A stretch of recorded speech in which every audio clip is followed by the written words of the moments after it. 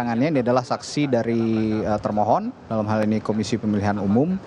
Ini adalah Andre Putra Hermawan yang juga menjelaskan soal teknis Sirekap.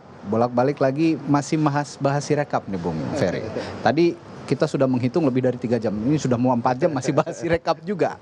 Tadi saya sebelum break masih ada pertanyaan yang mengganjal soal jika memang KPU tidak menjelaskan esensi-esensi pertanyaan dari pemohon dari 01 dan 03, dalam hal ini pemohon 1 dan pemohon 2 begitu. Soal bansos, pencalonan wakil presiden dalam hal ini Gibran Rakabuming Raka, dugaan keterlibatan aparatur negara. Ya, tadi saya sudah tanya soal implikasi, tapi apakah ini menjadi penilaian khusus jika memang KPU tidak menjelaskan dan akhirnya mahkamah memberikan keuntungan juga untuk pemohon? Ya, tentu segala dalil pemohon yang kemudian bisa dibuktikan oleh pemohon akan menambah keyakinan hakim. Sementara upaya menjawab atau mengcounter seluruh dalil dari pemohon tidak dilakukan oleh termohon, tentu itu akan merugikan termohon. Jadi bagi kita yang melihat juga begitu, yang dibahas apa, yang dijawab apa, kan begitu.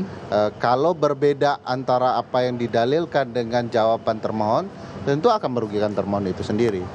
Dan bahkan kalau kita lihat barusan soal Sirekap, apa pentingnya ini membahas dalil pemohon? Kalau ujungnya adalah pernyataan saksi yang mengatakan tidak perlu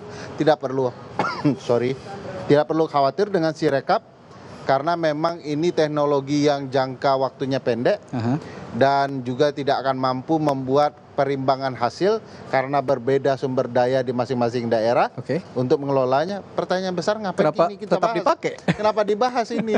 Kenapa dipakai kalau ternyata melanggar prinsip penyelenggaraan pemilu bahwa teknologi ini tidak efektif dan diketahui sedari awal tidak efektif.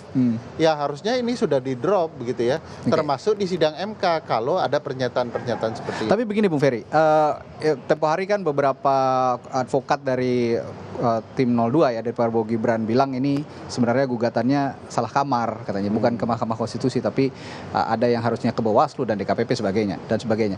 Tapi melihat kesaksian lalu juga keterangan ahli-ahli yang dihadirkan, termasuk soal Sirekap yang hari ini dijelaskan, apakah jadinya kalimat salah kamar itu jadi terbukti kira-kira? Wah, kalau menurut saya apa yang disampaikan kubu kuasa hukum 02 kebanyakan terlalu pede atau menutupi ini bagian dari strategi mereka, bagian dari strategi. Karena kalau kita lihat misalnya kalau ini soal TSM yang mereka permasalahkan harusnya ke Bawaslu.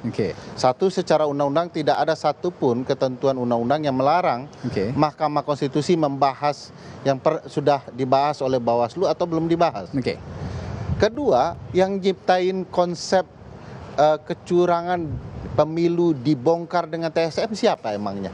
Bukankah itu Mahkamah Konstitusi? Iya, sebelumnya Mahkamah Konstitusi. MK pula yang dilarang untuk ini. Yang ketiga yang penting bagi saya di dalam proses persidangan ini perlu dibongkar oleh Mahkamah Konstitusi adalah kesadaran pemohon Capres 01 dan Capres 02 serta publik bahwa keterlibatan penyelenggara dalam kecurangan.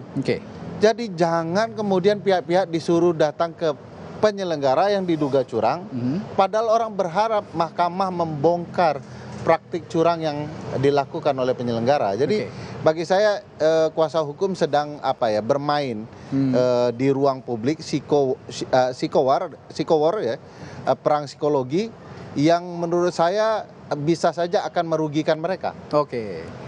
Kalau kemudian tidak fokus kepada hal-hal yang lebih penting untuk dibantah.